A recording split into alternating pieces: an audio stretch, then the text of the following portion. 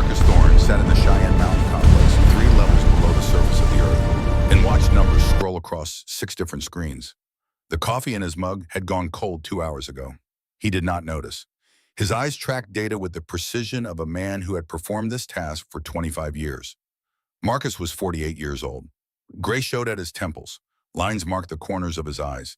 His hands resting on the console bore the calluses of 3 decades of military service. He wore his uniform with the unconscious ease of a man who had worn it so long it felt like skin. The screens showed satellite feeds, deep space sensor arrays, gravitational wave detectors, radio telescope data, infrared imaging. Every piece of technology humanity had pointed at the stars, feeding information into this room where Marcus and 3 other operators monitored the endless dark. For 25 years, Marcus had watched these screens. For 25 years, he had seen asteroids, comets, solar flares, the occasional burst of radiation from distant supernovas. Nothing more. Nothing dangerous. Nothing that threatened Earth. Until now. The gravitational wave detector showed an anomaly. Marcus leaned forward. His fingers moved across the keyboard. He isolated the signal, enhanced it, ran it through 3 different analysis programs. The numbers did not change. Jesus Christ, Marcus whispered. He pulled up the infrared feed, overlaid it with the gravitational data. The correlation was perfect. Something massive had just dropped out of faster-than-light travel at the edge of the solar system. Not one object, many objects, moving in formation. Marcus's training took over. He ran diagnostics on all sensors, checked for system errors, verified calibration. Everything showed green. The readings were accurate. 127 objects, each one approximately 2 kilometers in length, in perfect military formation. Heading toward Earth, somewhere beyond those sensors, Supreme Commander Thexvar stood on the observation deck of the Sovereign's Will and watched his fleet through reinforced crystal panels. The stars had never looked so cold. Thexvar was 420 years old. His skin shimmered with the purple-bronze hue of his species. 4 eyes arranged in a diamond pattern on his face blinked in sequence. He had conquered 47 worlds in his lifetime, won 112 battles without a single defeat. Today would be victory number 113. Supreme Commander, said Subcommander Kalor, approaching from the tactical station. The target colony is confirmed. Proxima Centauri, human settlement, population approximately 50,000. Thexvar did not turn. His eyes remained fixed on the fleet. 127 warships hung in perfect formation. Each vessel measured over 2 kilometers in length. Their hulls gleamed like polished obsidian. 50,000 souls, he said quietly. They will learn their place in the order of things.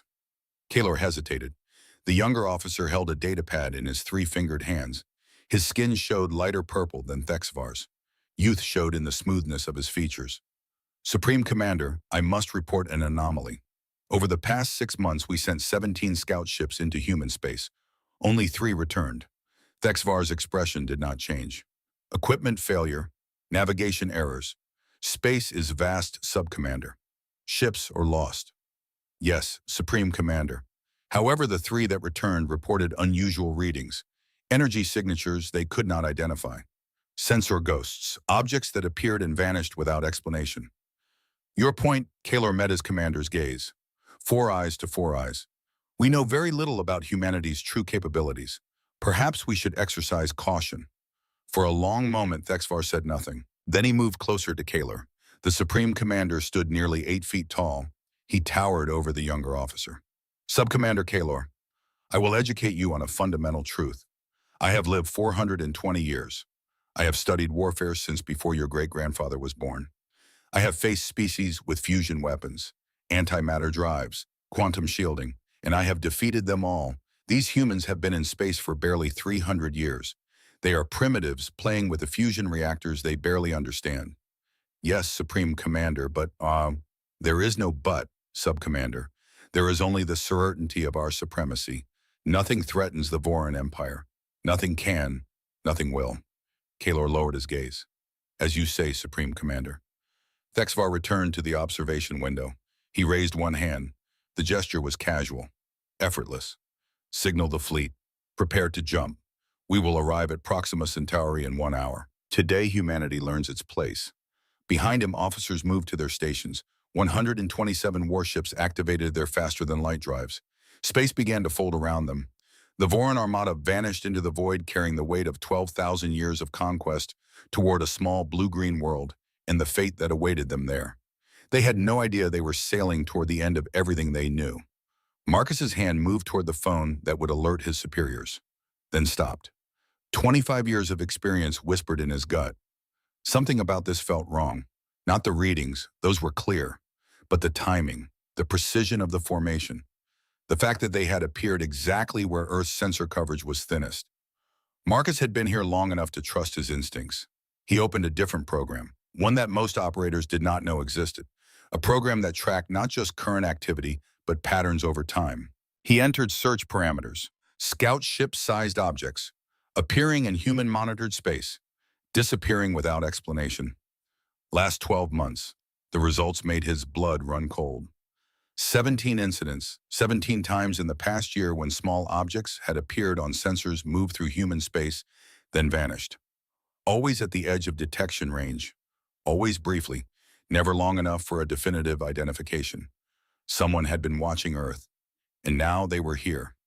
Marcus picked up the secure phone, dialed a number he had only called 3 times in his entire career. The line clicked. "Castellan," said a woman's voice. Calm, measured, the voice of someone who had seen too much to be easily surprised. "Admiral, this is Commander Thorne at NORAD. I have a situation that requires your immediate attention." "Describe it, Commander." Marcus took a breath, organized his thoughts, presented the facts in the crisp professional manner drilled into him by 2.5 decades of service. "Ma'am, at 0947 hours Mountain Time, multiple gravitational anomalies registered at the edge of the solar system. Infrared confirms 127 distinct heat signatures. Objects are massive, each one approximately 2 kilometers in length. They are in formation, military formation, and they are heading toward Earth." Silence on the line. It stretched for 5 seconds, 10, 15. Then Admiral Nora Castellan spoke, and her response made no sense at all. "Commander Thorne, I need you to listen very carefully. Do not report this to anyone else. Do not alert the chain of command. Lock your station. Tell your fellow operators you are responding to a classified directive. Then get in your car and drive to the following coordinates." She gave him a location. Marcus recognized it.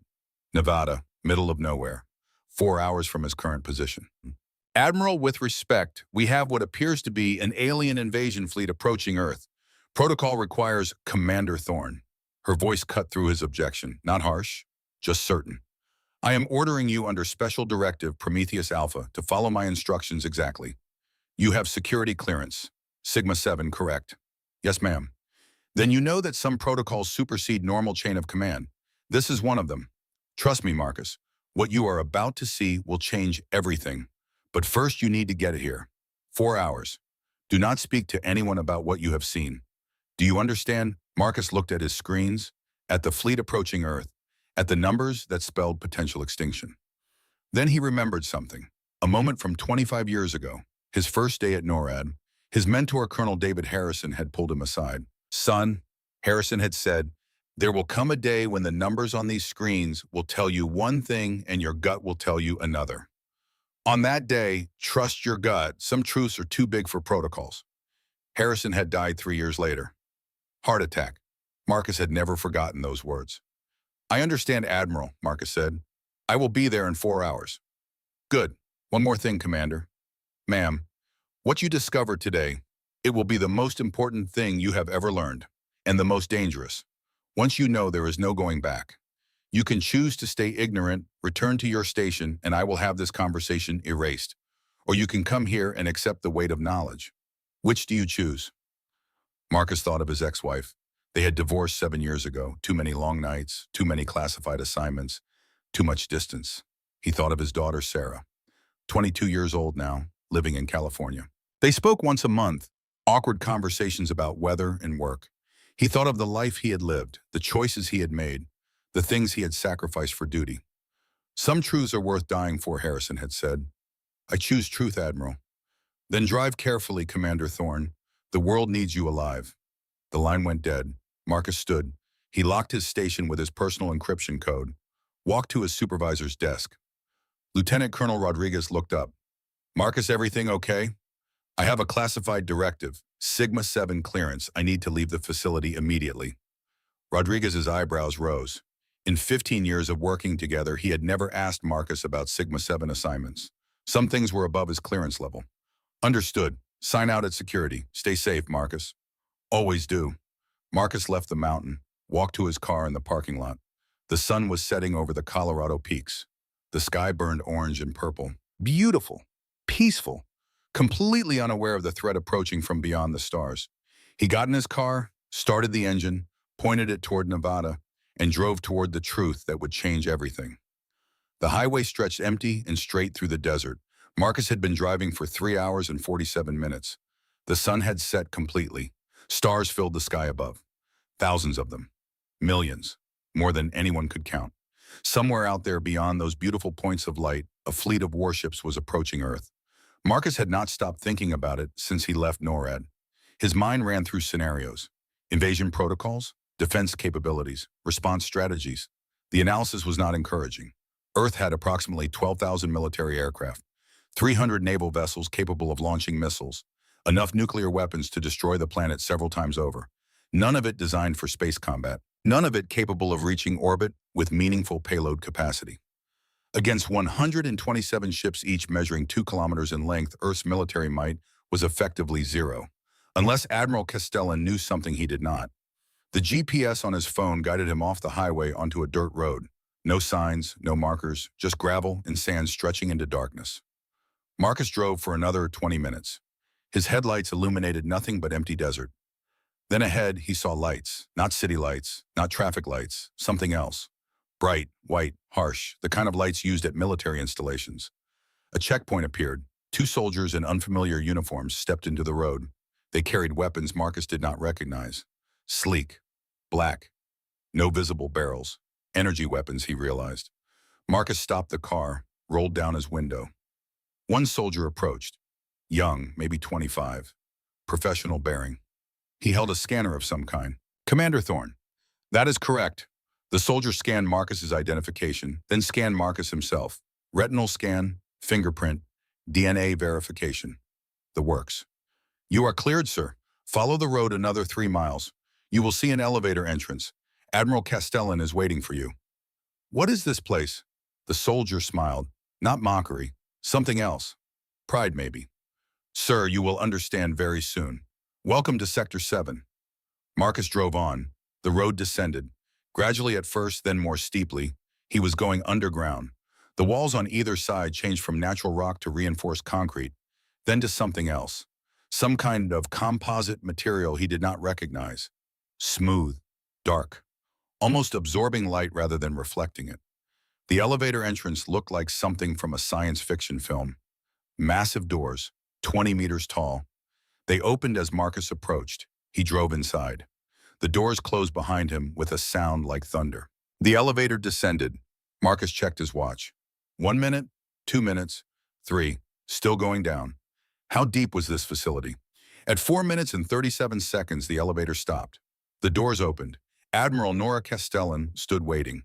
She was 62 years old, gray hair pulled back in a tight bun, deep lines around her eyes and mouth, the kind of lines that came from nearly 4 decades of command decisions.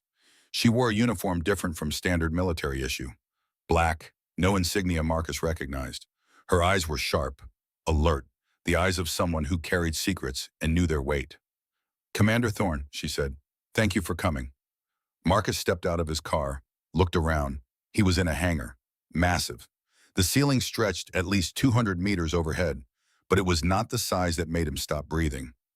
It was what the hangar contained. Ships, dozens of them, maybe hundreds, each one sleek and dark with angular designs that seemed to bend light around them. They did not look like anything humanity had ever built. No external engines, no visible weapon systems, just smooth black hulls that seemed to drink in the light from the overhead panels. Marcus's mouth went dry.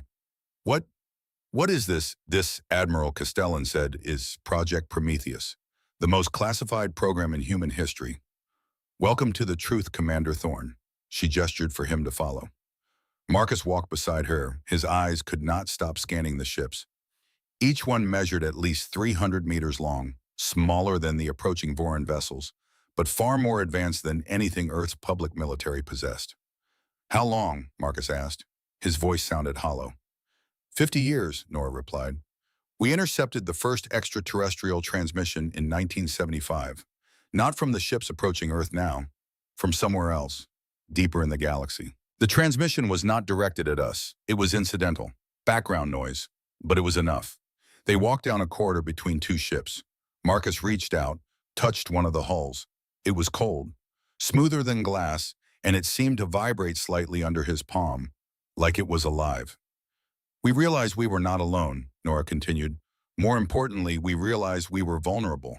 So we made a choice. We could announce our presence, try to make contact, hope for the best. Or we could stay quiet, watch, listen, learn, and prepare for the day when contact would be inevitable. You chose preparation. We chose survival. They entered an elevator. This one took them even deeper. Marcus felt the pressure change in his ears. They had to be at least 5 kilometers below the surface now. How many ships? Marcus asked. 500, fully operational, crews trained and ready. How the resources required, the technology. None of this should be possible. Nora smiled. It was not a happy expression. Commander, humanity has been preparing for war in space for half a century. Every major nation contributed. Every technological advancement was funneled into this program.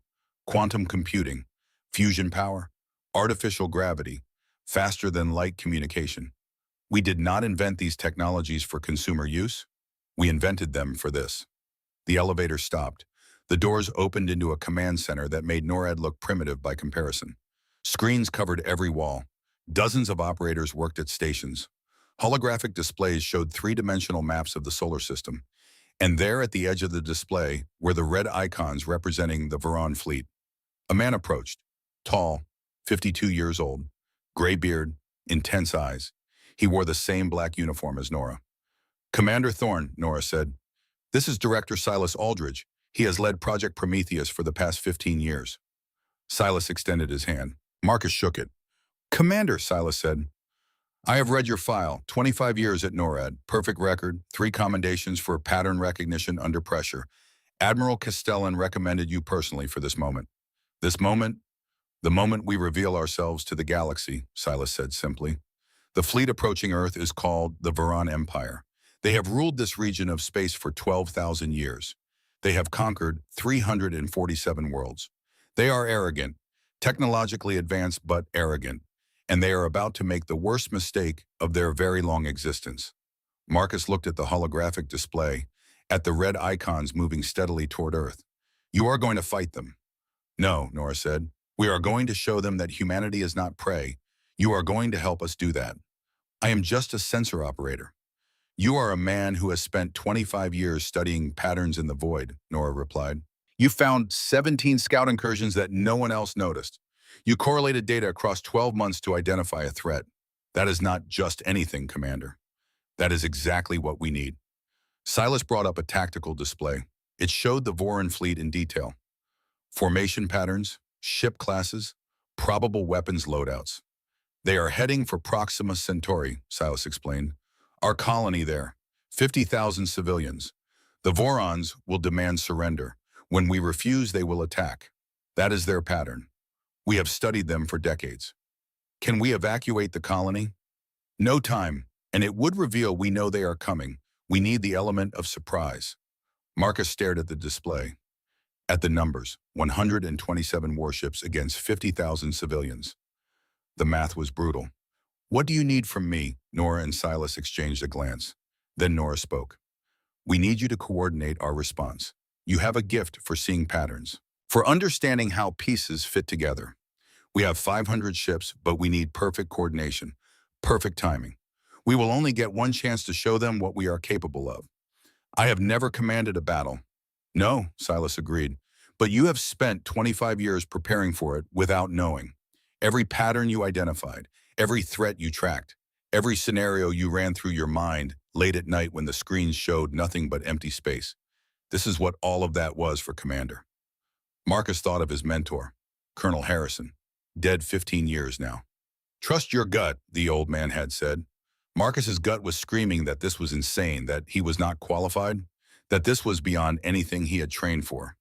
But another part of him, the part that had spent 25 years watching the stars and wondering what was out there, knew that Nora was right. Everything in his life had led to this moment. When do we begin? Marcus asked. Nora smiled. This time it reached her eyes. Right now, Commander. We have approximately 5 hours before the Voron fleet reaches Proxima Centauri.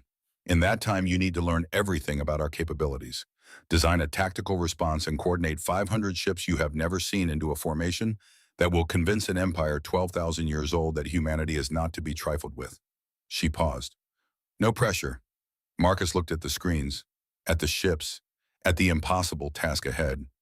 Then he thought of his daughter, Sarah, living her life in California completely unaware that alien warships were approaching Earth, completely unaware that her father was about to help determine whether humanity survived or fell. Show me everything, Marcus said. We have work to do. 4 hours and 37 minutes later, Marcus stood in the command center and watched his plan unfold on the holographic display.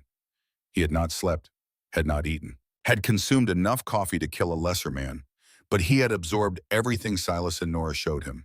Ship capabilities, weapon systems, defense grids, communication protocols, faster-than-light jump mechanics, dimensional fold technology that sounded like magic but was backed by quantum physics he barely understood. And he had designed a plan, not a battle plan, not yet, something more subtle, more psychological. The Vorons expect primitives, Marcus had explained to the assembled command staff 2 hours ago. They expect us to either surrender immediately or fight with everything we have in a desperate, doomed defense. We will do neither. On the holographic display, the Voron fleet had reached Proxima Centauri. They hung in orbit above the colony. Menacing, massive, utterly confident. Marcus watched the communications feed. The Voron commander, Supreme Commander Thexvar, broadcast his ultimatum to the colony below. The message was in English, translated by their systems. The voice was deep, commanding, certain. People of the human colony, Proxima Centauri, I am Supreme Commander Thexvar of the Voron Empire. You have 1 hour to surrender unconditionally. Disable your weapons, ground your ships, present your leaders for processing. If you comply, you will be permitted to serve the Empire. If you resist, your colony will be reduced to ash, and your species will learn the cost of defiance.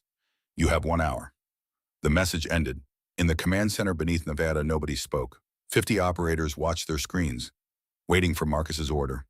Marcus looked at the tactical display. At the single ship he had selected for the first contact, the UEES Dominion, commanded by Captain Iris Blackwell. 35 years old, one of the best pilots in the fleet, calm under pressure, precise, professional, perfect for what he needed. Captain Blackwell, Marcus said into the communication system, you are authorized to drop stealth, make contact with the Voron fleet, execute protocol witness. On the screen, a green icon appeared. The Dominion. It materialized from nothing exactly 12,000 kilometers from the Voron flagship. One ship, alone, facing 127 warships. The Voron fleet reacted immediately. Weapons came online. Shields activated. Formation shifted to combat readiness. Marcus watched the energy readings. Watched the Vorons prepare to destroy what they assumed was a primitive vessel that had foolishly revealed itself. Captain Blackwell's voice came through the speakers. Calm, clear. Voron fleet, this is Captain Iris Blackwell of the United Earth Space Force. You are in violation of human territorial space. You have threatened a human colony. You have 60 seconds to withdraw your fleet beyond the heliopause. If you do not comply, you will be removed by force. Silence. Then from the Voron flagship, laughter. Supreme Commander Thexvar's voice filled with contempt. One ship. You send one ship against the might of the Voron Empire. Your arrogance is almost admirable in its stupidity. Marcus leaned forward, spoke quietly into his headset. Captain Blackwell, they have made their choice. Execute.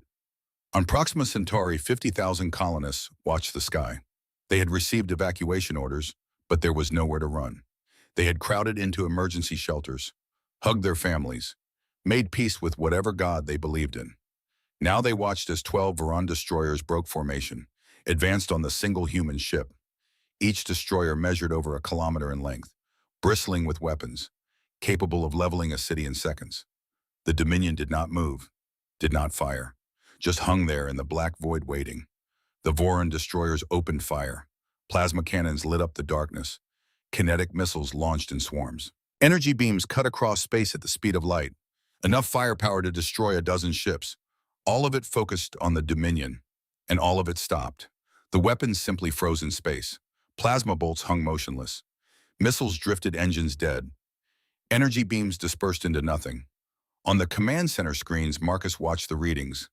The Dominion's dimensional defense field was operating perfectly. It did not block the weapons. It removed them from normal space entirely, shifted them into a parallel dimension where they could do no harm. For 3 seconds, nothing happened. The Voron crews stared at their sensors in confusion, ran diagnostics, tried to understand why their weapons had failed. Then Captain Blackwell gave the order Marcus had scripted for her. Fold. Space itself bent around the 12 Voron destroyers. Marcus had learned this technology in his crash course 4 hours ago. Humanity had figured out how to manipulate the fabric of space-time. Not just travel through it faster than light, actually fold it, compress it, collapse it. The 12 Voron destroyers imploded. Not exploded, imploded. The space around them compressed into points so small they ceased to exist in any meaningful way. 3,000 Voron crew members died instantly. No time to scream, no time to understand. One moment they existed, the next they simply did not. The remaining Voron fleet went silent. Marcus checked his timer. 3 seconds. From first shot to complete destruction. 3 seconds. Captain Blackwell, Marcus said, broadcast the following message to the Voron fleet. Quote, "You were warned. This is your final opportunity. Withdraw or join your destroyers." End quote. Supreme Commander Thexvar's response came fast, angry, desperate. "All ships full assault, destroy that vessel now." 115 warships opened fire simultaneously. The sky above Proxima Centauri turned white with weapons discharge. Every gun, every missile, every exotic weapon system the Voron Empire had developed over 12,000 years. All of it unleashed in one overwhelming barrage. The Dominion disappeared behind a wall of fire. On Earth, in the command center, operators held their breath. Marcus watched his screens, watched the energy readings. The dimensional field was holding. Barely. The sheer volume of fire was pushing it to its limits. Captain Blackwell, execute reversal. What happened next would be recorded in every military academy for the next 1,000 years. The Dominion's defense field did not just block the incoming fire, it captured it, stored it, and then reversed it. Every plasma bolt, every missile, every energy beam, all of it suddenly changed direction. The Voron fleet was firing at itself, and the Dominion systems had amplified the return fire by a factor of 10. Marcus counted. 1. 43 Voron ships exploded in the first second. 2. Another 38 ships tore apart, as their own weapons magnified beyond their design specifications ripped through their hulls. 3. 17 more ships died. At 2 minutes and 17 seconds, it was over. 116 of the original 127 Voron warships were gone, shattered, burning, dead in space. 11 ships remained, including the flagship. Those 11 ships did not fight, did not fire. They ran. Their faster-than-light drives engaged. Space folded around them. They vanished, fleeing at maximum speed toward whatever remained of their empire. In the command center beneath Nevada, nobody cheered. Nobody celebrated. They just stared at the screens. At the debris field that had moments ago been the pride of the Voron Empire. Marcus Thorne, 48 years old, who had spent 25 years watching empty screens, had just coordinated the destruction of 116 warships in 2 minutes and 17 seconds. He felt sick. "Admiral," he said quietly, not taking his eyes from the screens, "we just killed 40,000 beings." Nora Castellan stood beside him, put a hand on his shoulder. "Yes, Commander, we did. They threatened 50,000 of our civilians. They refused to withdraw. They chose to fight. And they learned that humanity is not prey. That does not make it easier." "No," Nora agreed, "it does not. That is what separates us from them, Marcus. We feel the weight of what we do. But make no mistake, what happened today was necessary. The galaxy needed to see that we are not primitives to be subjugated. We are survivors, and we will fight for our right to exist." Marcus finally looked away from the screens, looked at Nora, at Silas, at the operators who had helped execute his plan. "What happens now?" he asked. "Now," Silas said, "we wait. Those 11 ships will report to their empire. The Vorons will debate, analyze, try to understand what happened, and then they will make a choice. Attack again with overwhelming force, or seek another path. And if they attack," Nora's expression was grim, "then we show them the rest of our capabilities. Today was a demonstration, Commander. A warning. We used one ship, We have 499 more, and that is just the conventional fleet. Marcus remembered something from his briefing, a mention of something else, something larger. The Titans, he said. You mentioned Titan-class vessels. Yes, Nora confirmed. 12 of them, built using technology we did not invent, technology we found. But that is a conversation for another time. For now, we wait, we watch, and we prepare for whatever comes next. Marcus nodded. Exhaustion was finally catching up with him. 4.5 hours of the most intense mental effort of his life. Permission to rest, Admiral. Granted, Commander. You have earned it. But Marcus, yes, ma'am. What you did today, it was remarkable.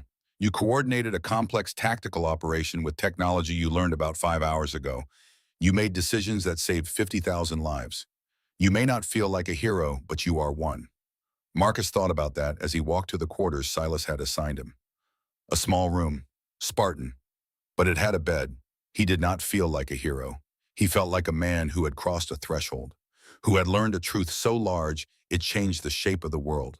Humanity was not alone, and they had just announced their presence to the galaxy with fire and fury.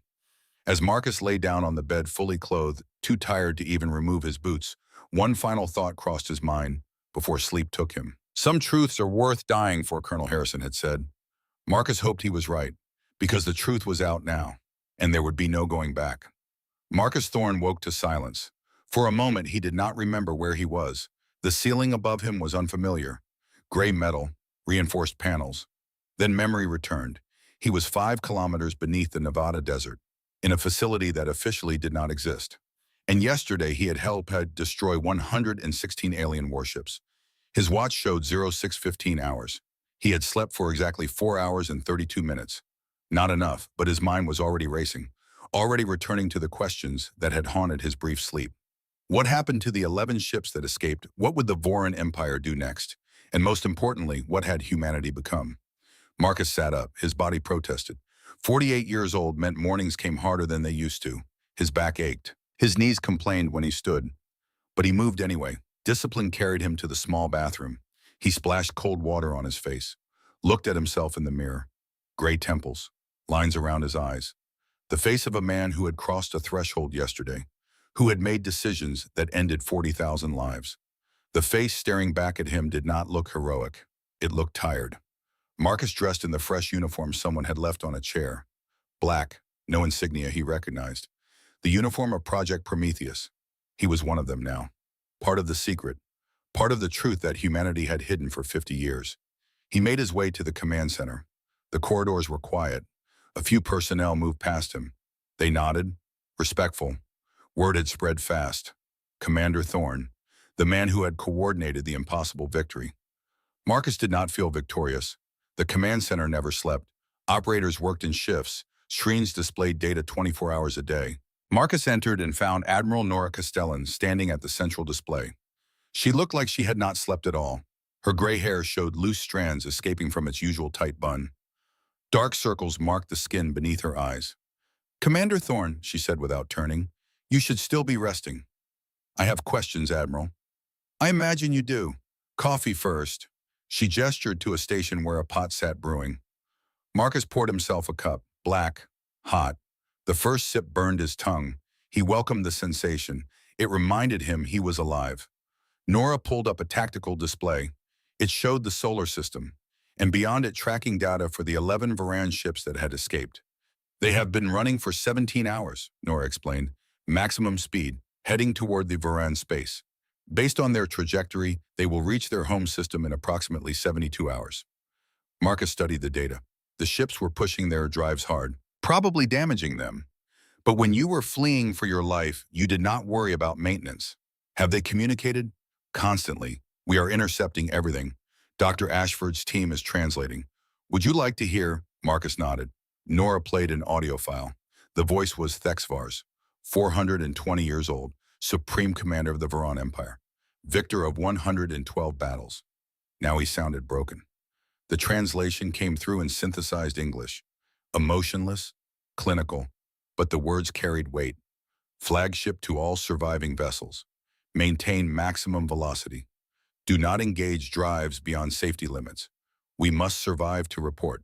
The Empire must know. They must understand. Humanity is not, they are not what we thought.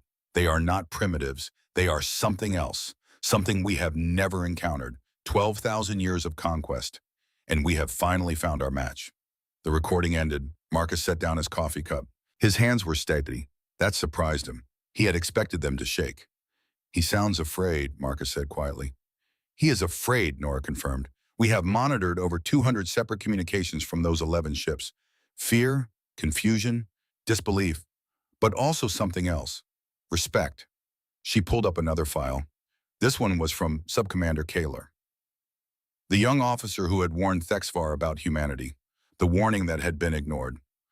Supreme Commander, I must speak. What we witnessed was not random technology. It was designed, calculated. They knew exactly what we would do.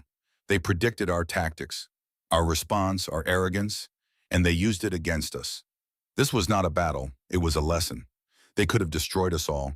Instead, they let us live, let us run. That terrifies me more than the deaths of our fleet. They wanted survivors, wanted witnesses, wanted us to carry this message home: humanity is not prey. Marcus listened to the entire recording. When it finished, he looked at Nora. He is right, I designed it that way. Maximum psychological impact. Show overwhelming capability, but leave survivors to spread the story. Fear travels faster than ships. And you feel guilty about that. Marcus considered the question, took another sip of coffee, watched the tracking data on the screens. I feel uncertain, he said finally. Yesterday I was a sensor operator. Today I am a strategist who ended 40,000 lives. That is a difficult transition, Admiral. Would you rather we had done nothing? Let the Vorans destroy Proxima Centauri, kill 50,000 of our people? No, but I wonder if there was another way. Nora turned to face him directly, her eyes tired as they were held firm. Commander Thorne, I need you to understand something. I have been part of Project Prometheus for 37 years. I have spent most of my adult life preparing for the day when humanity would reveal itself to the galaxy. And in all that time, I have asked myself the same question you are asking now. Could we have done this differently? Could we have avoided violence? She paused, drew a breath. The answer is yes. We could have announced ourselves peacefully, sent messages of friendship, offered cooperation. And do you know what would have happened? Marcus waited. We would have been conquered within a decade. The galaxy does not operate on principles of peace and cooperation, Commander. It operates on power, on hierarchy, on the understanding that some species are predators and some are prey. The Voron Empire has ruled for 12,000 years because they understood that truth. They projected power. They demonstrated capability. They made other species fear them. Nora gestured at the screens, at the fleeing ships. Yesterday we taught the galaxy that humanity is not prey. That lesson required violence. It required death. It required 40,000 Voran soldiers to die so that billions of humans could live free. I hate that truth, but I accept it.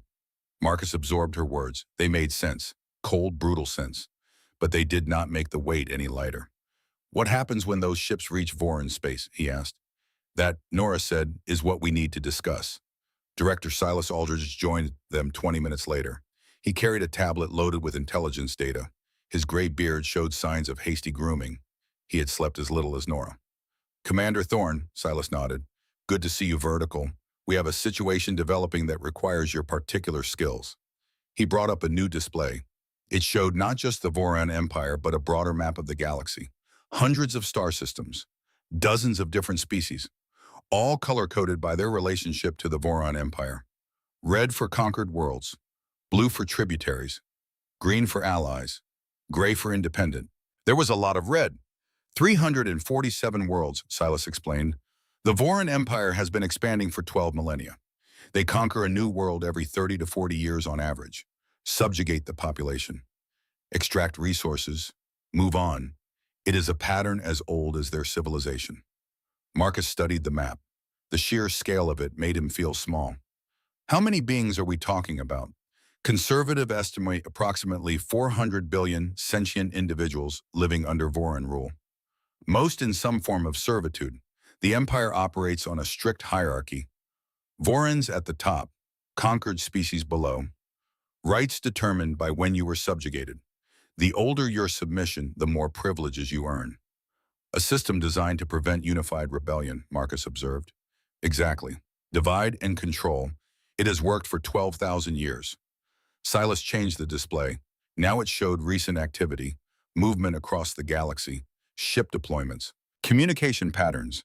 In the past 72 hours, we have intercepted over 10,000 transmissions throughout Voron space. News of the battle at Proxima Centauri has spread faster than we anticipated, and the reaction has been complex. He highlighted several systems. The Corax Dominion, a species conquered 800 years ago. They have been planning rebellion for the past century. 3 days ago, they learned that humanity destroyed a Voron fleet. Yesterday, they attacked 3 Voron garrison worlds simultaneously. Marcus leaned forward. What happened? The Vorons responded with overwhelming force, deployed their reserve fleets. The Corax were not ready for full-scale war. They thought humanity would support them. We did not. Could not. We did not even know they were planning an attack. Silas pulled up casualty reports. The numbers made Marcus's stomach turn. The Corax Dominion no longer exists. The Vorons sterilized their homeworld. Orbital bombardment. Complete extinction. 43 billion dead. A warning to anyone else who thought humanity's victory meant the Empire was weak. The command center went quiet. Marcus stared at the numbers. 43 billion, more than the entire population of Earth. Gone. Because they had seen humanity's strength and thought it meant freedom. We did that, Marcus said quietly. Our victory inspired them, and they died for it. No, Nora said firmly. The Vorons did that. They chose genocide. They chose to make an example. We did not pull the trigger. But we created the conditions. Commander Thorne, if you start down that path of guilt, it will consume you. The Corax chose to rebel. The Vorons chose to exterminate them. Neither of those decisions was yours. Silas continued his briefing. He highlighted other systems. The Drell Collective, Younger Conquest, only 200 years under Voron rule. They attempted economic sabotage, shut down mining operations, disabled manufacturing facilities, anything to hurt the Empire's logistics. Let me guess, Marcus said. The Vorons responded. They cut off all trade, blockaded the Drell home system. The Drell economy has collapsed. Famine is widespread. Estimated deaths in the next 6 months, 800 million. More numbers, more death, more consequences of humanity's demonstration of power. The Synth Unity, Artificial Intelligence Collective. They tried to hack Voron military networks, disable their communications. The Vorons deployed an AI killer virus. The Synth Unity has been terminated. 300 billion individual AI consciousnesses erased. Marcus closed his eyes. The weight was becoming unbearable, but Silas was not finished. Not all the reactions have been violent, Commander. Some species learn different lessons. He highlighted new systems. Green now, not red. The Keleth Alliance, conquered 600 years ago. They have been model subjects, contributing resources, maintaining order. When they heard about humanity's victory, they did not rebel. They reached out to us, offered cooperation, trade agreements, cultural exchange. We accepted. In the past 72 hours, we have shared medical technology with them. They have shared agricultural advances with us. Preliminary results show a 40% increase in food production efficiency. Diseases we have struggled with for decades have been cured using their treatments. Marcus opened his eyes. Finally, something that was not genocide. The Mara Collective. Farmers. Peaceful. They were conquered 900 years ago. They sent us a simple message. You have shown strength. We ask only that you remember mercy. We wish to cooperate, not conquer. We have begun negotiations. Early indicators suggest their agricultural technology could solve food scarcity across multiple human colonies. Silas brought up a chart. It showed the pattern clearly. Species that attacked or sabotaged the Voron Empire after learning of humanity's victory destroyed or collapsing. Species that reached out to humanity peacefully thriving. The galaxy is watching us, Commander Thorne. Every action we take creates ripples. Every decision we make teaches other species how to interact with us. We have become a galactic power, whether we intended to or not. Marcus looked at the map again, at the hundreds of worlds, the billions of lives, all of them affected by what had happened at Proxima Centauri. We cannot protect everyone, Marcus. We do not have the ships, the resources, the reach. We can barely protect our own colonies. But we can establish principles, guidelines for how we interact with the galaxy. Marcus wanted to argue, wanted to push back, but he was too tired. and part of him knew she was right. "What do you need from me?" he asked. "Analysis," Silas said. "You are a pattern recognition specialist. We need you to study every interaction between humanity and other species over the past 72 hours. Identify what worked, what failed, what principles should guide our policies going forward. Because in 72 more hours, those 11 Varan ships will reach their home system. They will report to their emperor, and the empire will make a decision. Attack us with everything they have, or seek another path. You want me to predict what they will do. I want you to help us understand what we should do. President Vance is scheduled to address the situation in 6 hours. She needs recommendations. You have the clearest view of the tactical and strategic landscape. Your input could shape humanity's future relationship with the galaxy." Marcus felt the weight settle on his shoulders, heavier than before, more complicated than simple tactics. "Give me access to all the data, every communication, every interaction, every consequence. I will find the patterns." "You have it," Silas confirmed. "All of it. No restrictions." Marcus nodded, took his coffee cup, prepared to disappear into data for the next 6 hours. But Nora stopped him with a hand on his arm. "Marcus, one more thing. You asked earlier if there was another way, if we could have avoided violence. I want you to know something." She met his eyes, held his gaze. "We tried. For 50 years we monitored the galaxy. We watched the Vorans conquer world after world. We saw the pattern.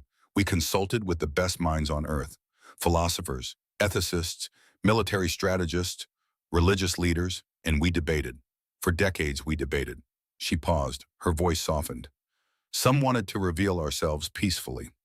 Offer the Vorans partnership, technology exchange, mutual benefit. We ran simulations. Every model showed the same result.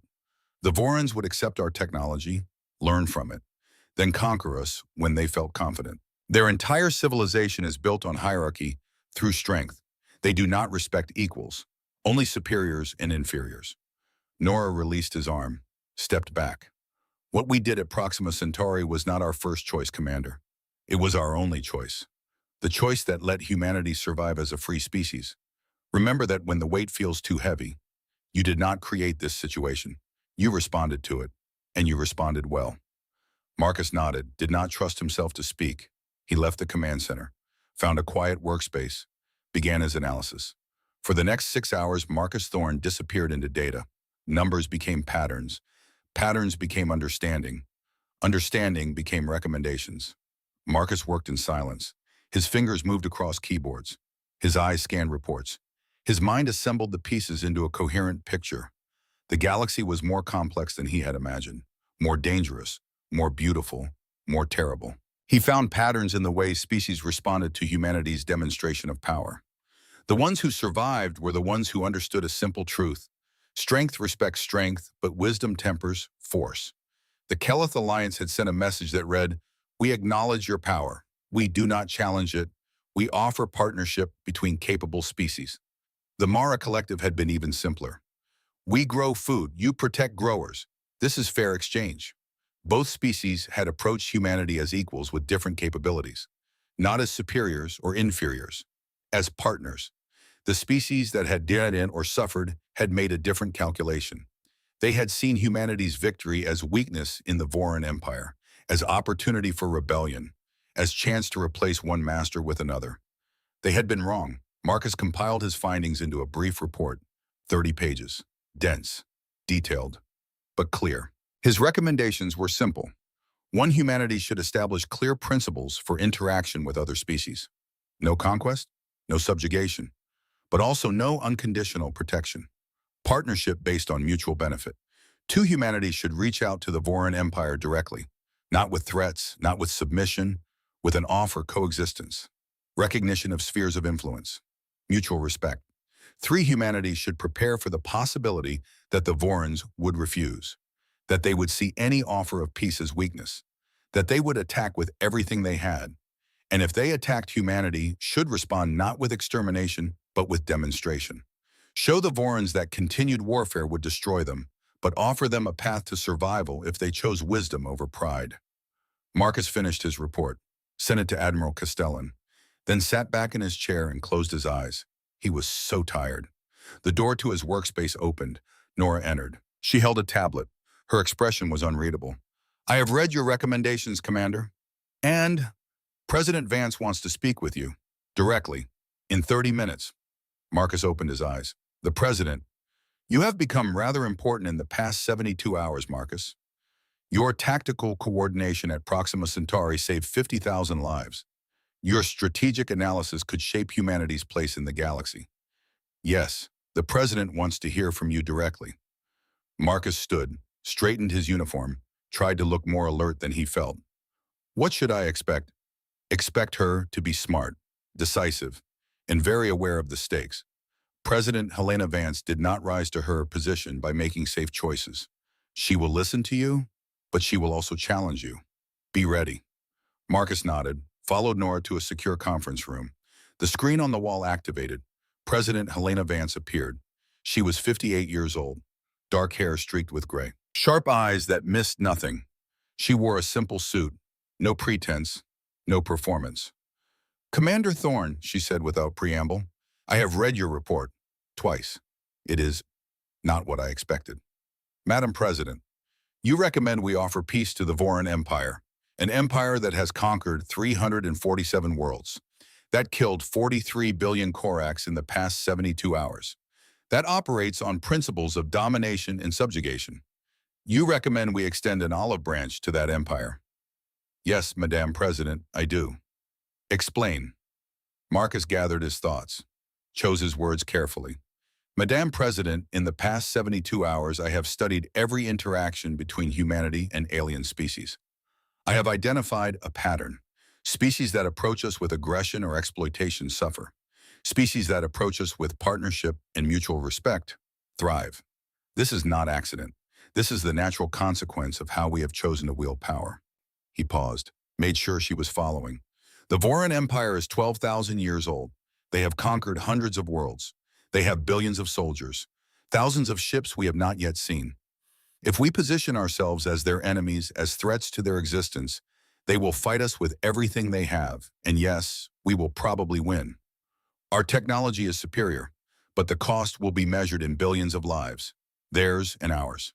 President Vance leaned forward. And if we offer peace, then we give them a choice. Continue as they are and face destruction, or adapt, evolve, become something different, an empire that maintains order through cooperation rather than conquest. It is a small chance, but it is better than guaranteed war. You are asking me to bet humanity's future on the hope that a 12,000-year-old empire will suddenly develop a conscience. No, Madam President, I am asking you to bet on their survival instinct. The Vorans are not stupid. They are arrogant, yes, but they can learn. They have seen what we can do. Now we show them what we could do if they force our hand, and then we offer them an alternative. President Vance was quiet for a long moment. Her fingers drummed on her desk. An unconscious gesture. Sign of thought. Admiral Castellan, your assessment. Nora stepped into frame. I believe Commander Thorne is correct, Madam President. We have the power to destroy the Voran Empire. But power without restraint makes us the very thing we fought to avoid becoming. If we can achieve our objectives without genocide, we should try. And if they refuse, if they see our offer as weakness and attack, then we demonstrate overwhelming force, not to exterminate them, but to break their will to fight, make continued warfare so costly that peace becomes their only rational choice. The President looked back at Marcus. Commander, you understand that what you are proposing is unprecedented. No species in galactic history has ever defeated the Voran Empire and then offered them terms. The pattern is always the same. Victor subjugates the defeated. This is how power works in the galaxy. Yes, Madam President, which is exactly why we should do it differently. We have the opportunity to establish a new pattern, to show the galaxy that humanity operates on different principles, that we value life, that we prefer cooperation to conquest. That is a form of power the Vorans have never encountered. It might be the only thing that can truly change them. President Vance smiled. It was a small expression, but genuine. You are either very wise, Commander Thorne, or very naive. I have not yet determined which. Perhaps both, Madam President, she laughed. Brief, but real. Very well. I will authorize a diplomatic overture to the Voran Empire under specific conditions. We will offer them a meeting. Neutral territory. Limited delegation. If they come in good faith, we negotiate. If they come with weapons, we respond accordingly. She fixed Marcus with a hard stare. And Commander, you will lead our delegation. Marcus felt his stomach drop. Madam President, I am a sensor operator, not a diplomat. You were a sensor operator. Now you are the man who coordinated humanity's first victory in an interstellar war. You are the man who analyzed the galaxy's response and recommended a path forward. You understand the tactical landscape better than anyone.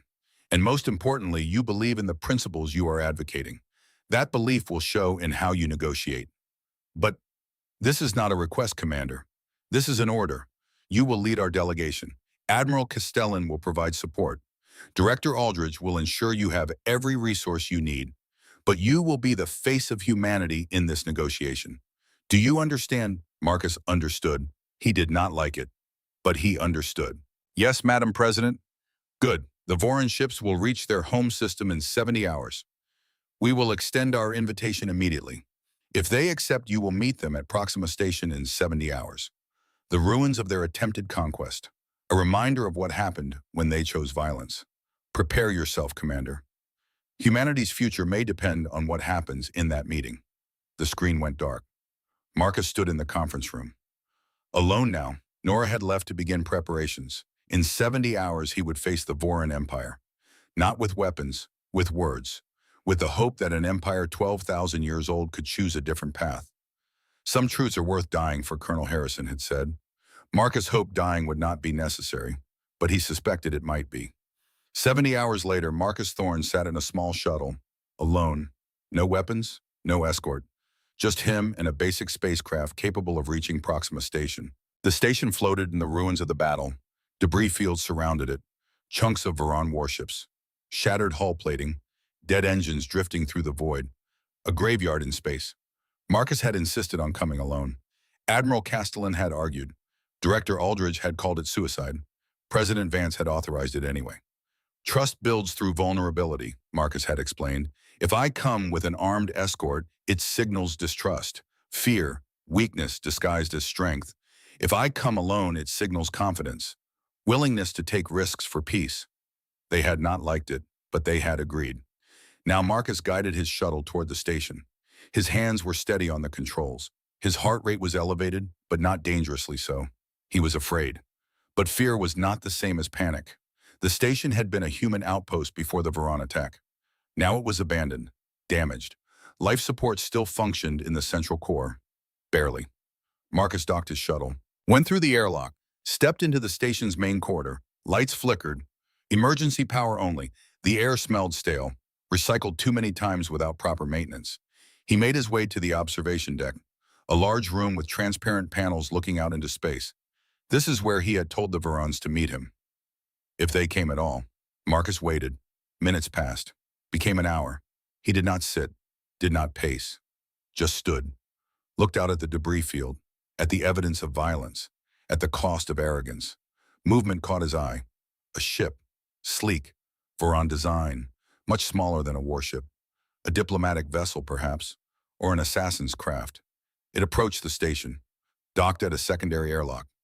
Marcus waited. The door to the observation deck opened. 3 figures entered. Ukui Voron. Purple bronze skin, 4 eyes, tall, but not armed, at least not visibly. The one in front was younger, lighter purple skin, 4 eyes bright with intelligence. This was Sub-Commander Kalor, the Warner who had been ignored before the battle. The 2 behind him were older, harder, guards probably, but they held no weapons in their 3-fingered hands. Kalor stopped 3 meters from Marcus. The 2 species studied each other. Commander Thorne, Kalor said. His English was accented but clear. I am Sub-Commander Kalor of the Voron Imperial Fleet. I speak with the authority of High Sovereign Drax Toan. Thank you for agreeing to meet. Sub-Commander Kalor, thank you for coming. Silence stretched between them. Not hostile, but uncertain. 2 species who had killed each other's people, now trying to find words. Kalor spoke first. Why did you not finish us at Proxima Centauri? Your ship could have destroyed every vessel in our fleet. Instead, you let 11 escape. Why? Marcus considered his answer carefully. Because slaughter is not victory, Sub-Commander. It is just slaughter. We demonstrated our capability, made our point. Killing every last one of you would have accomplished nothing except more death.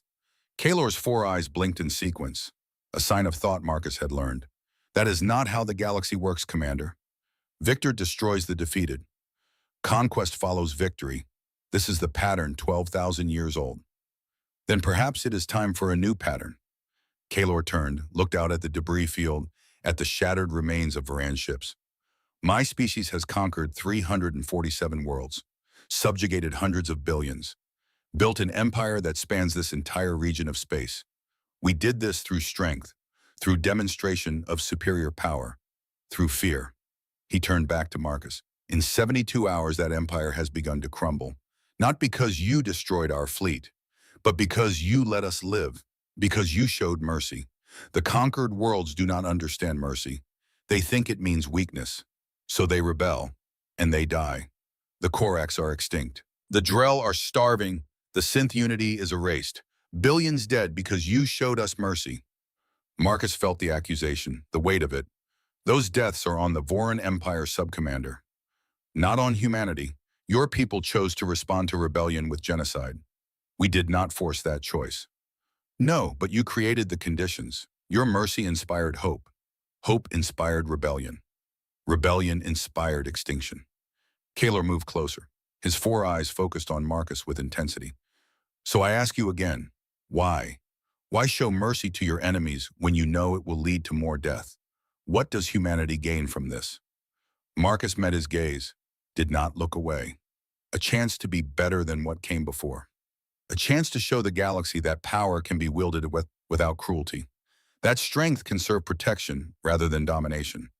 We showed mercy because we believe that is what civilization should be. Not perfect, not bloodless, but trying. Always trying to be better. Kalor was silent, processing. Then he said something that changed everything. Commander Thorn, there is something you need to know. Something Supreme Commander Thexvar discovered 3 months before we attacked your colony. Something that explains why we came to your world when we did. Marcus felt his pulse quicken. I am listening. The Voran Empire is not the apex predator of this galaxy. We are middle management, administrators, harvesters. I do not understand. Kalor turned back to the viewport, pointed at the stars beyond. There is a power above us, the Concord, 12 elder races who have ruled the galaxy for over 1,000,000 years. They are to us what we are to the species we conquered. They permit our empire to exist because we serve a function. We harvest resources. We maintain order in the younger regions of space. We do the brutal work of subjugation so they do not have to. Marcus felt cold. And Earth. Earth was on the harvest schedule, has been for the past 50 years. The Concord designated your species for processing, integration into their economic system. We were to conquer you, extract your resources, deliver a portion to the conquered as tribute. This is how the galaxy works. Kalor faced Marcus again. Thexvar discovered this 3 months ago. He realized that if humanity was harvested by the conquered, the Voran Empire would receive minimal credit.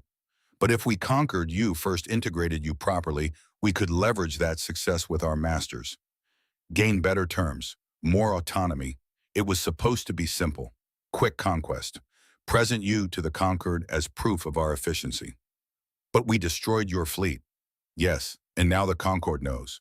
They have been monitoring, watching, assessing. In 14 days they will arrive. 12,000 ships. Technology that makes what you saw at Proxima Centauri look primitive. They are coming to correct the situation. Marcus felt the world shift beneath him. How long have you known this? Thexvar knew for 3 months. I learned 2 days ago when I was briefed for this mission. The High Sovereign chose to tell me because I am considered expendable. If you kill me here, the Empire loses nothing important. I am not going to kill you. I know, that is why I am telling you the truth. Because I have spent 2 days studying what your species has done since Proxima Centauri, how you responded to the Keleth, the Mara, the species who chose cooperation over conflict. You helped them, traded with them, showed them a different path. Kalor's voice carried something Marcus had not expected. Hope. Commander Thorn, the Voran Empire is 12,000 years old. We have conquered 347 worlds. We have committed atrocities that would take centuries to catalog. We are not good. We are not innocent. He paused. But we are also not stupid. The Concord is coming. They will harvest both our species unless we work together. I am here unauthorized by my superiors to ask you a question. Marcus waited. Will you help us? Will humanity ally with the Voran Empire against the Conqueror? Will you show us the mercy you have shown the Keleth in the Mara? Or will you let us die for our 12,000 years of conquest? The observation deck was silent. Marcus looked at Kaler, at the young Voran officer who had been right about humanity, who had warned his superiors and been ignored, who was now here alone asking for help. He thought about patterns, about choices, about consequences, and he made a decision. Subcommander Kaler, I cannot promise you an alliance. I do not have that authority. But I can promise you this, I will bring your information to my superiors. I will recommend that we at least consider cooperation. Because you are right, the Conquered is a threat to both our species. Marcus stepped closer. But if we do this, if we form an alliance, the Voran Empire must change. No more conquest, no more subjugation. The 347 worlds you control must be given choice.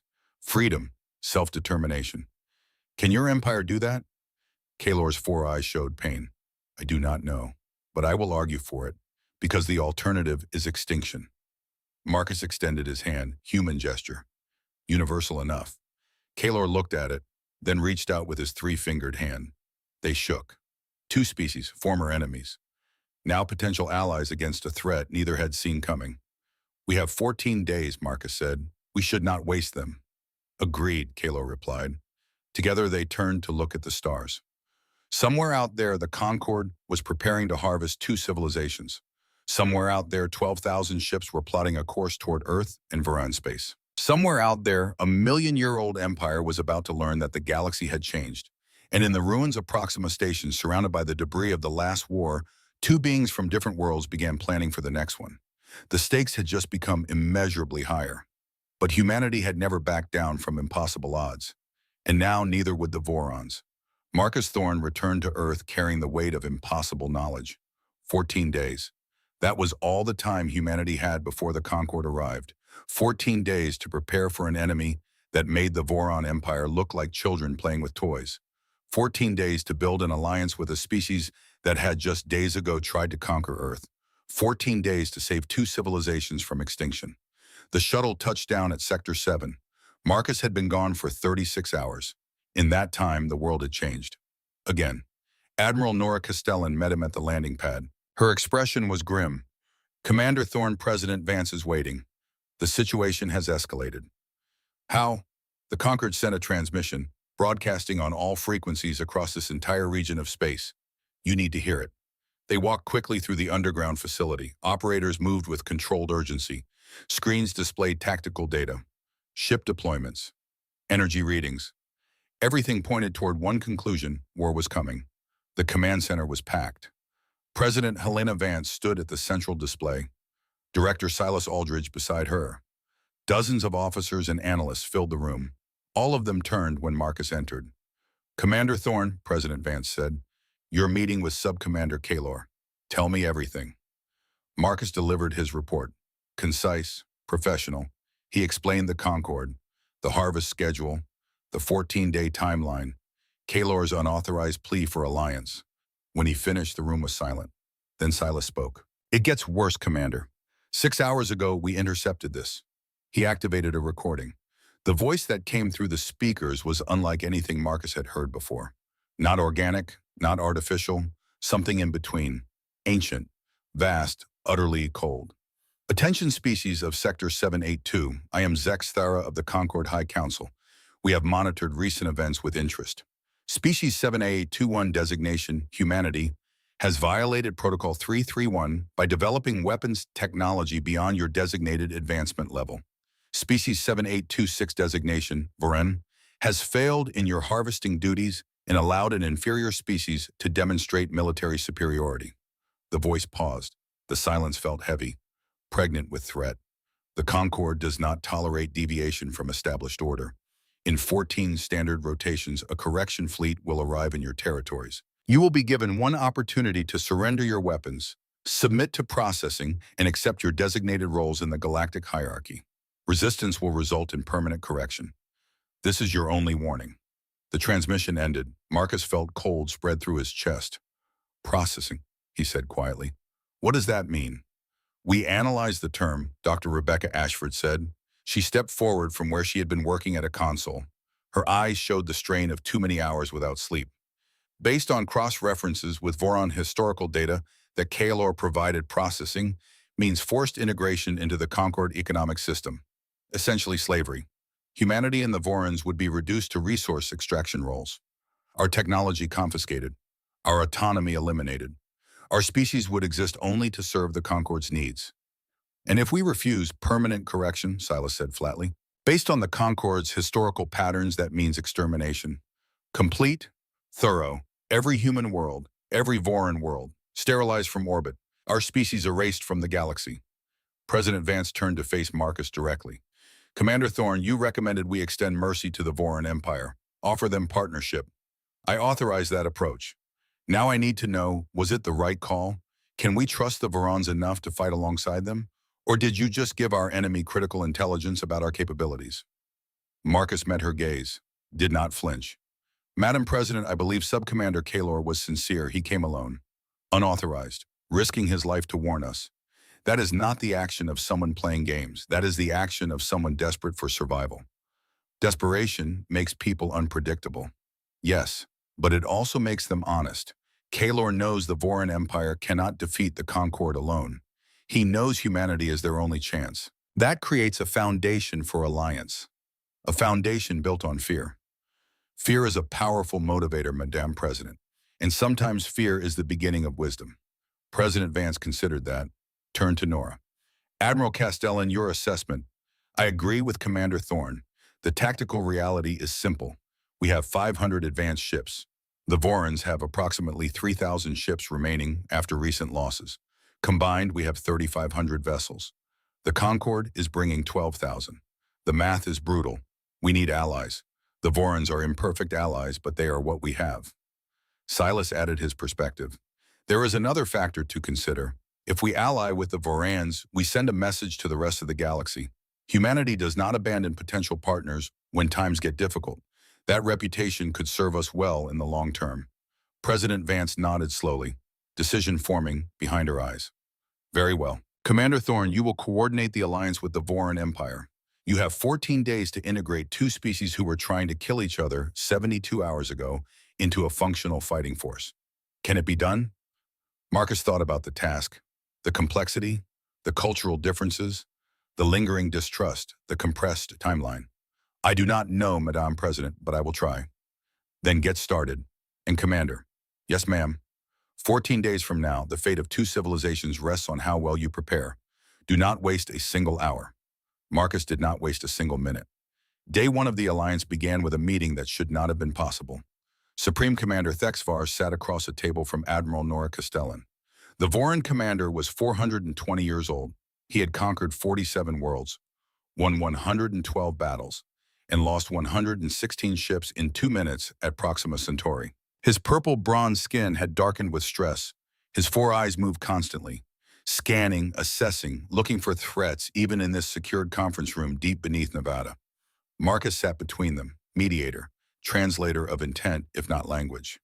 Supreme Commander, Nora began, we appreciate you coming to Earth. I know this cannot be easy. Thexvar's voice carried the weight of centuries. Easy no, Admiral Castellan. Nothing about this is easy. I came to conquer your species. Instead, you humiliated my fleet, destroyed ships that had served the Empire for generations, killed officers I had known for decades. And now you ask me to fight beside you, to trust you, to believe that you will not simply use us and discard us when convenient. He leaned forward. Give me one reason why I should believe humanity's word means anything. Marcus spoke before Nora could respond. Because we could have killed you all at Proxima Centauri. We did not. Because we could have hunted down your 11 surviving ships. We did not. Because when the Keleth and the Mara reached out for partnership, we accepted them. We did not exploit them. We helped them. That is who we are, Supreme Commander. That is our word. Thexvar's 4 eyes focused on Marcus. You. You are the one who coordinated the attack, who designed the tactics that destroyed my fleet. Yes. You are the one who let us escape. Yes. Why bike right now, Wayne? Marcus chose his words carefully. Because I believed you could learn. I believed that showing you our capability was more valuable than killing every last one of you. I believed that even an empire 12,000 years old could adapt when faced with extinction. Thexvar was silent for a long moment. Then he did something Marcus did not expect. He laughed. Not a pleasant sound. Bitter, harsh, but genuine. Adapt. You want the Voron Empire to adapt. Do you have any idea what you are asking? Our entire civilization is built on hierarchy through conquest, on the principle that the strong dominate the weak, on 12 millennia of tradition and culture and identity. And you want us to simply change in 14 days because the alternative is extinction. Yes, Marcus said simply, that is exactly what I am asking. Impossible. Then you will die, and humanity will face the Concord alone.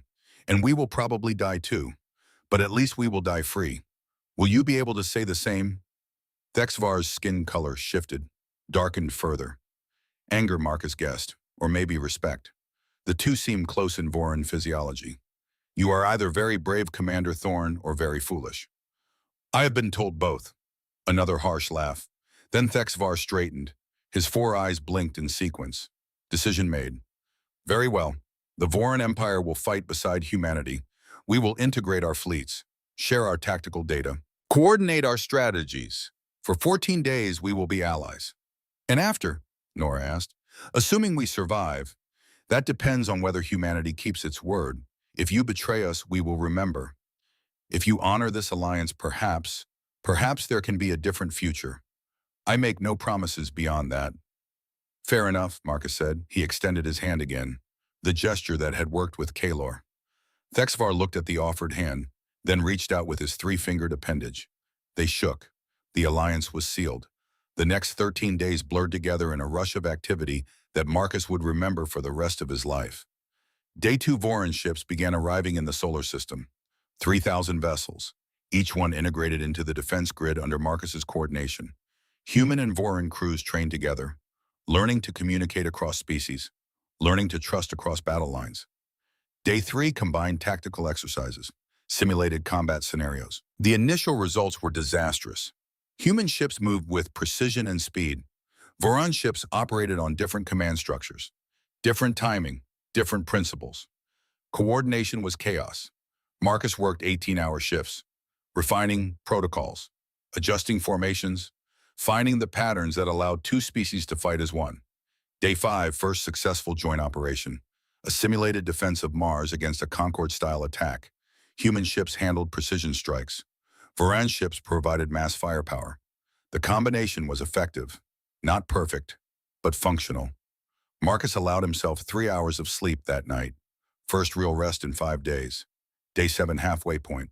Marcus stood in the command center, watched the tactical displays. 3,500 ships now operated in coordinated formations around Earth. Defense grids covered every approach vector. Communication protocols had been standardized across both species. It was not enough. We are still outnumbered 3-1, Silas pointed out.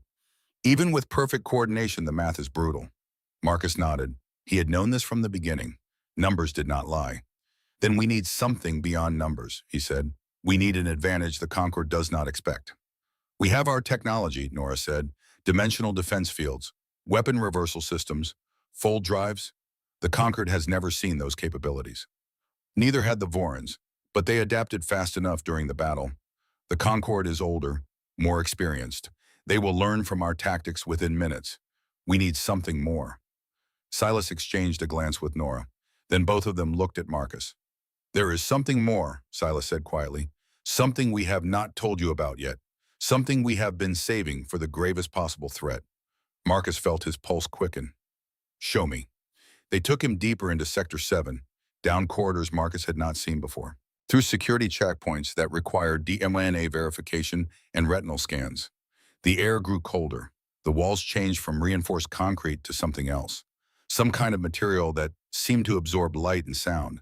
They entered a hangar that made the fleet staging area look small by comparison.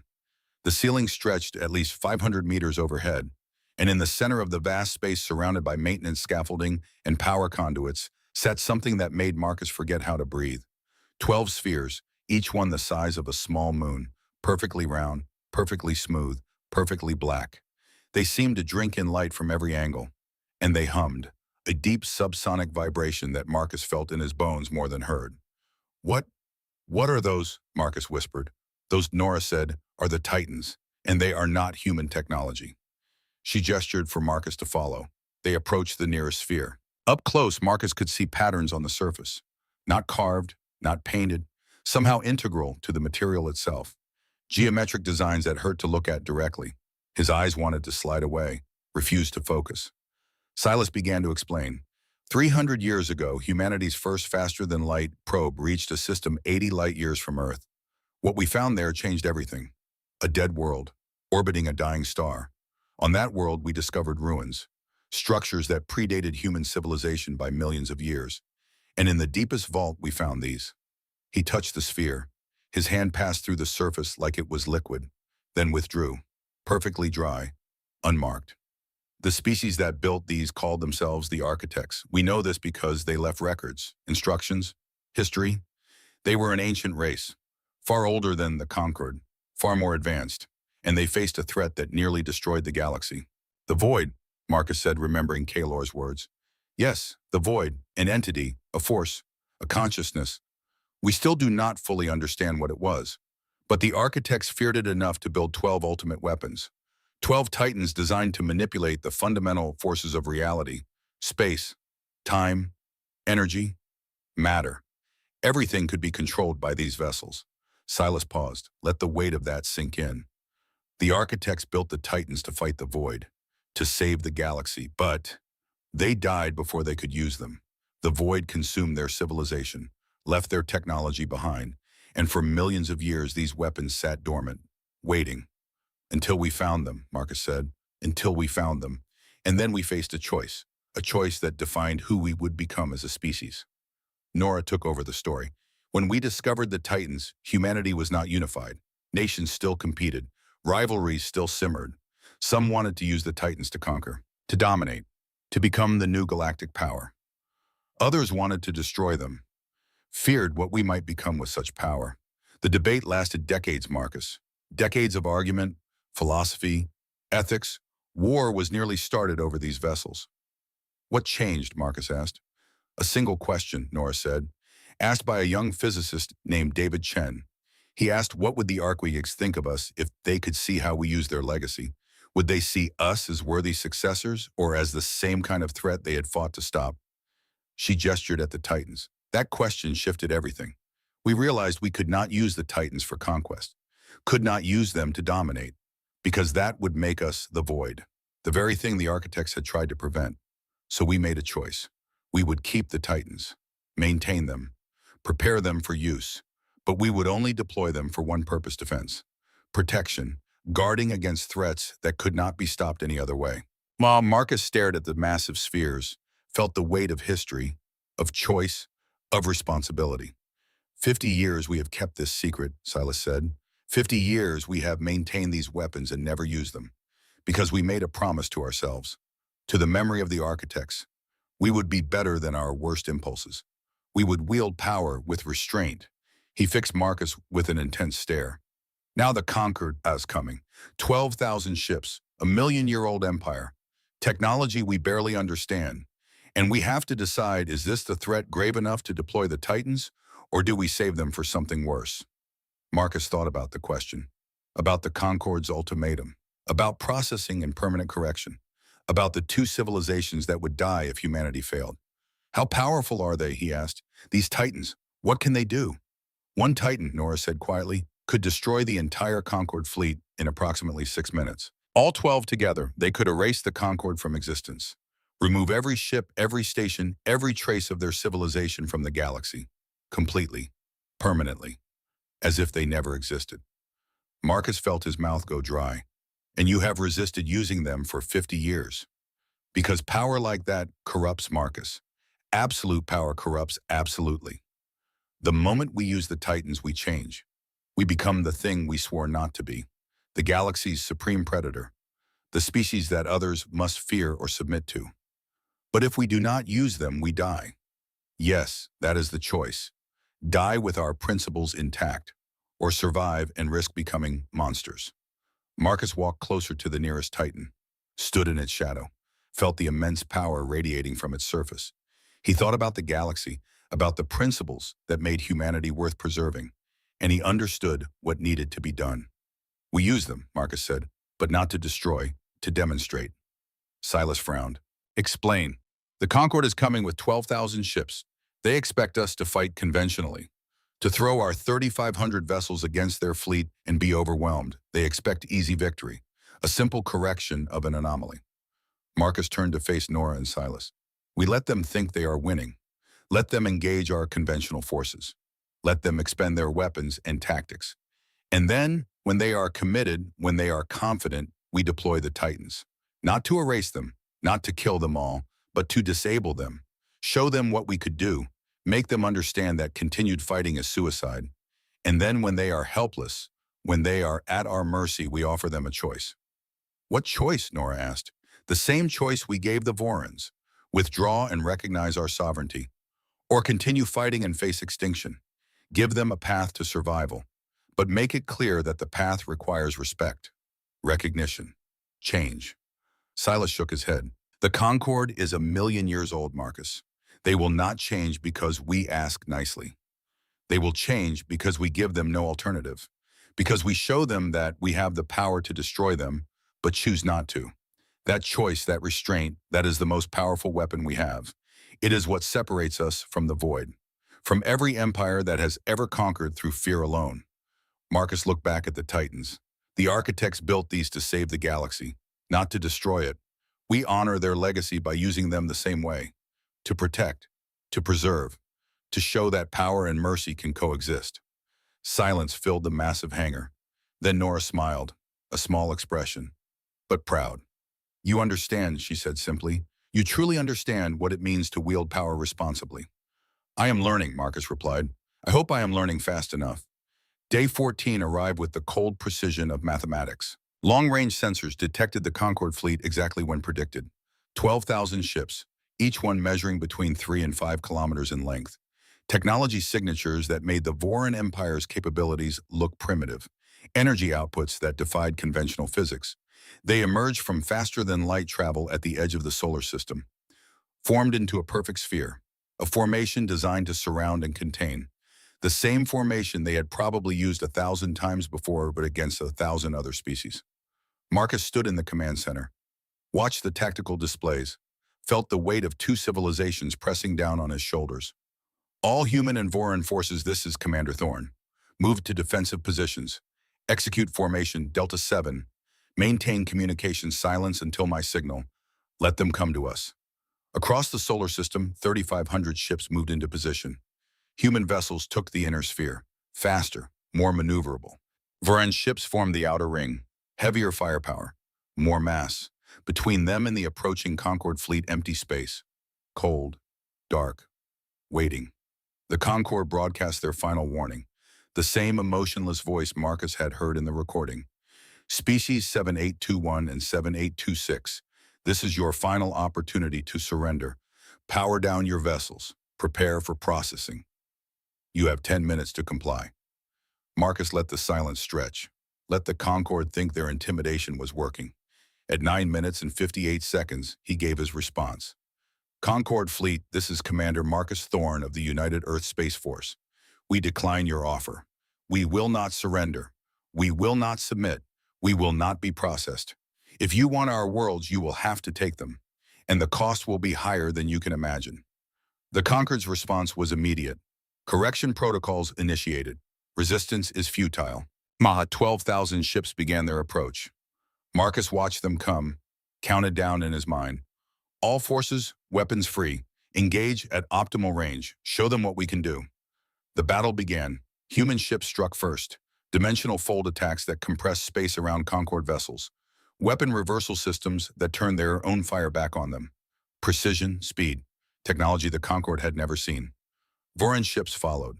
Mass driver cannons that fired projectiles at relativistic speeds. Plasma weapons that superheat entire sections of hull. Overwhelming firepower delivered with 12,000-year-old expertise.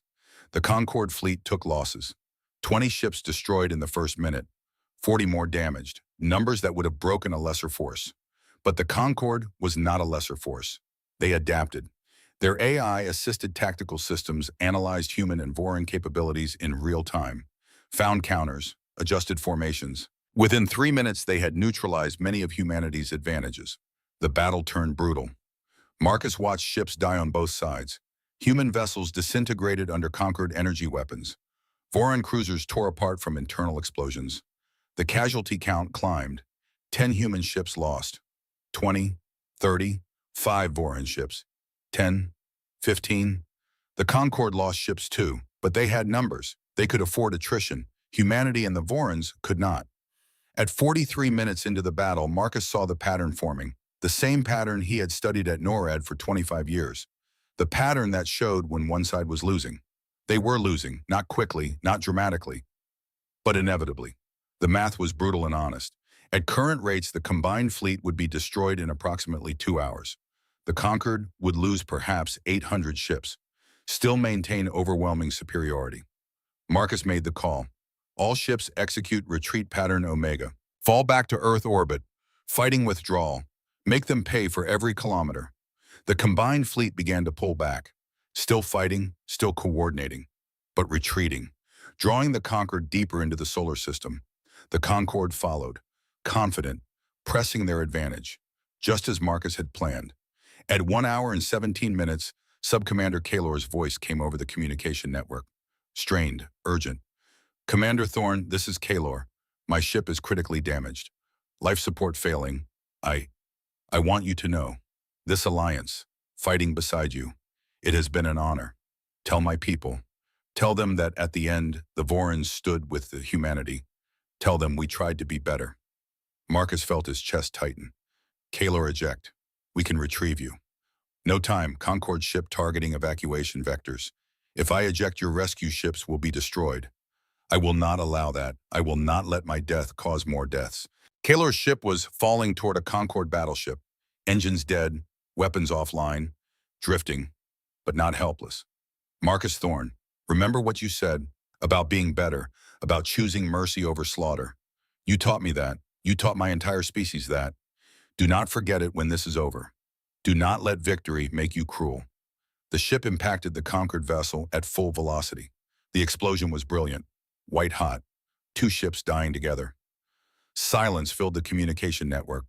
Marcus closed his eyes, felt the loss, felt the weight of another death added to the thousands already on his conscience. Then he opened his eyes, looked at the tactical display, at the Concorde fleet now deep within the solar system, committed, confident, exactly where he needed them. Admiral Castellan, Marcus said, voice steady despite the grief, deploy the Titans. 12 signatures appeared on every sensor screen in the solar system. Massive, impossible. Moving into position around the Concorde fleet, the 12 Titans had revealed themselves. The Concorde fleet stopped advancing. For the first time in the battle, they hesitated. Their sensors were showing them something that should not exist. 12 vessels, each the size of a moon, materializing from nothing. Energy signatures that registered as impossible. Technology that defied every classification system they had. Zexathera's voice, previously so cold and certain, now carried an edge of something else. Not quite fear, but close. Unknown vessels, identify yourselves. By what authority do you deploy in this sector? Marcus responded. His voice was calm, professional, the voice of a man who had spent 72 hours preparing for this exact moment. Concorde fleet, you are now surrounded by Titan-class defensive platforms. These weapons were built by the architects, a civilization far older than yours, far more powerful. They were designed to protect this galaxy from threats that would consume it. Today we deploy them for the same purpose, to protect, not to conquer. He paused. Let that sink in. You have one opportunity to withdraw. Power down your weapons. Return to your space. Recognize the sovereignty of humanity and the Voron Empire, or discover what the architects built when they faced extinction. The Concorde response was predictable, arrogant, certain. You attempt to intimidate the Concorde with ancient relics. Foolish. We have ruled the galaxy for 1,000,000 years. We have seen species rise and fall. We have encountered ancient technology before. It does not frighten us. Then let me demonstrate, Marcus said quietly. He gave the order he had hoped he would not need to give. Titan 1 disables Sector 7 of the Concorde formation. Non-lethal protocols, show them what we can do. The nearest Titan moved, not like a ship, like reality itself was bending to accommodate its passage. Space warped around it, light bent at impossible angles. It stopped next to a cluster of 1,000 conquered vessels, and it simply removed them from combat effectiveness. No weapons fire, no explosions, no visible attack. One moment the Concorde ships were operational, the next every system on every vessel shut down. Power plants offline, weapons dead, life support minimal, engines cold. 1,000 ships disabled in 3 seconds. The Concorde fleet's response was immediate. Fear, real fear. Marcus could see it in their movement patterns, in how they tried to pull back, tried to create distance from the Titans. But the Titans were already moving, surrounding them, cutting off escape vectors. Marcus broadcast to both fleets, to the Concorde, to his own forces, to the Vorons, to anyone listening across the galaxy. Concorde fleet, you now understand. We have the power to erase you from existence. These 12 Titans could remove every ship in your fleet from the galaxy. Completely, permanently, as if you never existed. He let that truth settle. But we will not, because we are not like you. We do not rule through fear. We do not dominate through force. We protect, we defend. We choose restraint even when we have overwhelming power. Marcus gave the order to the Titan fleet. Disable the Concorde vessels. All of them. Minimal casualties. Show mercy. The Titans moved as one. Space itself seemed to ripple around them, and across the battlefield, 11,000 conquered ships simply stopped working. Power systems shut down, weapons went dark, engines died. 2,000 ships tried to fight back, attempted to overload their reactors, self-destruct rather than surrender. The Titans prevented even that, contained the explosions, minimized the damage. When the light faded, those 2,000 ships hung dead in space, crews alive, systems disabled, helpless. The battle was over. It had lasted 1 hour and 53 minutes. Humanity had lost 89 ships. The Vorons had lost 12. The Concorde had lost 0 ships to destruction. But all 12,000 were now disabled, drifting, at Marcus's mercy. In the command center beneath the Nevada, operators sat in stunned silence. They had won, not through slaughter, through demonstration, through showing power and choosing restraint. Marcus broadcast one final message to the Concorde fleet. Zex Thera of the Concorde High Council. I offer you a choice. The same choice we offered the Voron Empire. The same choice we offer every species we encounter. Recognize our sovereignty. Acknowledge our right to exist as free civilizations. Establish diplomatic relations based on mutual respect. Or we leave you here, disabled, helpless. And when your rescue fleets arrive in 3 weeks, you can explain to your superiors how 12,000 ships were defeated without being destroyed. Silence stretched across space. Then for the first time, Zexathera's voice carried something other than arrogance. It carried defeat. Commander Thorne, you have made your point. The Concorde acknowledges your capability. We will withdraw. We will recognize your sovereignty. We will establish diplomatic relations. But know this, you have changed the galaxy today. The balance of power that has existed for 1,000,000 years is broken. The consequences of that change cannot be predicted.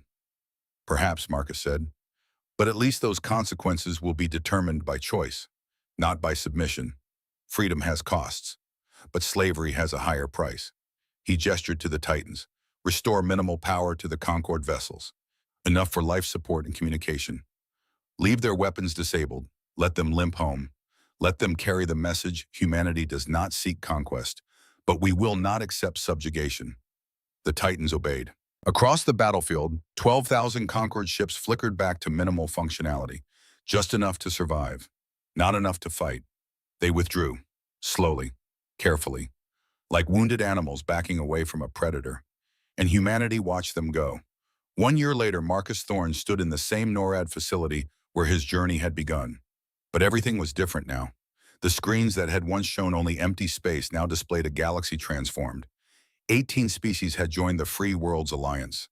Trade routes crisscrossed former Concorde territories. Diplomatic missions traveled between worlds that had just months ago been enemies. Marcus was 49 years old now. Gray had spread from his temples through most of his hair. New lines marked his face. The weight of a year spent shaping galactic policy showed in his eyes. He was Admiral Marcus Thorne now, promoted after the Battle of Earth, leader of the Alliance Defense Force, the man who had coordinated humanity's first interstellar war and its first interstellar peace. The door opened. Admiral Nora Castellan entered. She was 63 now, walked with a slight limp, age catching up with decades of service, but her eyes were as sharp as ever. "Admiral Thorne," she said with a slight smile, "still hiding in your old office." "Not hiding, remembering. This is where it started, where I first saw the Varan fleet approaching, where everything changed." "Yes, changed for the better, I think." Marcus gestured at the screens, at the data flowing across them. Ship movements, trade agreements, cultural exchanges, the machinery of peace. "Did we do the right thing, Nora, showing mercy to the Vorans, to the Concord, choosing restraint over destruction?" Nora moved to stand beside him, looked at the same screens. "I ask myself that question every day, Marcus. And every day I see the evidence. 18 species working together. Billions of lives improved through cooperation. Former enemies becoming partners. Yes, I think we did the right thing. The Concord could come back with more ships, more weapons. They could decide mercy was weakness. They could, but they have not, because they learned the same lesson the Vorans learned. Humanity has power, real power, power enough to destroy, and we choose not to. That choice is more frightening to empires built on force than any weapon could be. Marcus smiled, small, tired, but genuine. "I hope you are right. Time will tell, but Marcus, you should know the memorial for Kalor was completed yesterday. On Voran Prime, Thexvar attended, gave a speech. He called Kalor the officer who showed us that honor and mercy could coexist with strength. Coming from a 400-year-old Voran warrior, that is significant." Marcus felt his chest tighten. Grief even a year later was fresh. He deserved better than dying in battle. He died saving human lives, choosing to protect rather than preserve himself. I think he would say that was exactly what he deserved, a death that meant something. They stood together in silence. Two veterans, two survivors, two people who had helped reshape the galaxy and now had to live with the consequences. A young officer entered, 25 years old, eager, reminded Marcus of himself 3 decades ago. "Admiral Thorne, sir, there is a transmission from the Keleth Alliance. They are requesting human assistance with a medical crisis in their outer colonies." Marcus nodded, turned to the officer. "Prepare a response. Tell them we will send medical ships and personnel. No payment required. This is what allies do." "Yes, sir." The officer left. Marcus returned his attention to the screens. More requests every day, he observed. More species reaching out, more challenges to face. It never ends, does it? "No," Nora agreed. "But that is the nature of responsibility, Marcus. Power creates obligation. We have the capability to help. Therefore we must. That is the burden the architects left us. That is the legacy we chose to honor." Marcus thought about the Titans, still in orbit around Earth, still maintained, still ready. 12 weapons capable of erasing civilizations, unused except for that one demonstration. The greatest weapons humanity had ever possessed. And they remained sheathed, waiting, a reminder of what could be done and what should not be. "Do you ever wonder what the architects would think of us?" Marcus asked. "If they could see how we use their legacy." Nora considered the question. "I think they would be proud. We faced the same choice they faced. Power or principle, domination or protection. We chose differently than they did. Maybe that is why we survived and they did not." Marcus's personal communicator chimed. A message from Earth, from California, from his daughter Sarah. "Dad, I saw the news about the Keleth medical mission. I am proud of you, of what you have built. When you have time, call me. I want to hear about everything. Love you." Marcus felt warmth spread through his chest. For the first time in a year, he felt something other than weight and responsibility.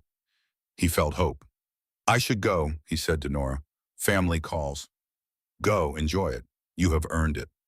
Marcus walked toward the exit, paused at the door, looked back at the screens one more time.